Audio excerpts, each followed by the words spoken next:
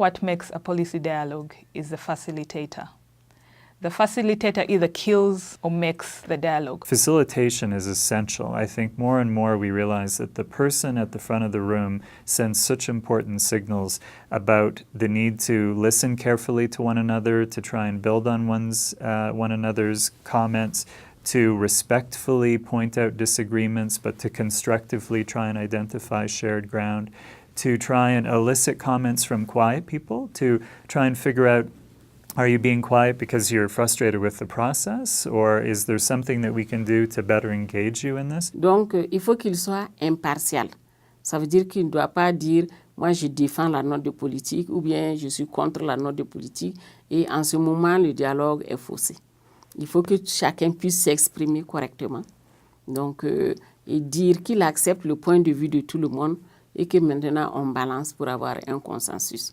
Donc ça, c'est un défi parce que quand vous prenez un modérateur qui ne comprend pas ça, vous êtes parti pour un débat et vous n'avez pas vraiment le résultat que vous attendez. It's someone who is a neutral person, is not necessarily knowledgeable about the subject. So the moderator or the facilitator helps to provide a balanced environment in terms of getting out all the views, both for or against whatever issues being discussed, ensuring that everyone is getting a share, a fair hearing during the discussions, and that we actually get to cover all the issues during the time that we've decided to cover these issues in. I think also we need some skills in terms of moderation, no? Okay.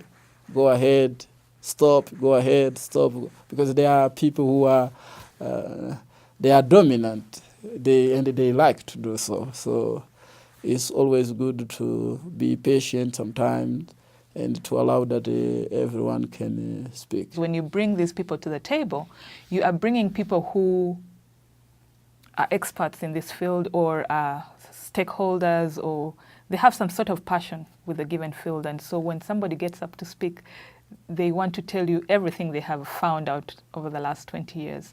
And if they are not regulated, you'll find that there are some who are naturally quiet, who won't, be a part of the dialogue. Make sure you use a really strong independent facilitator, one who won't choose sides and one who's strong enough not to be swayed, who will keep time and keep everyone focused. Say if you used the background of a brief, so you're looking at the problem.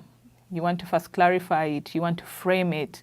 Later you want to move on to what the options might be, and then on to implementation and barriers.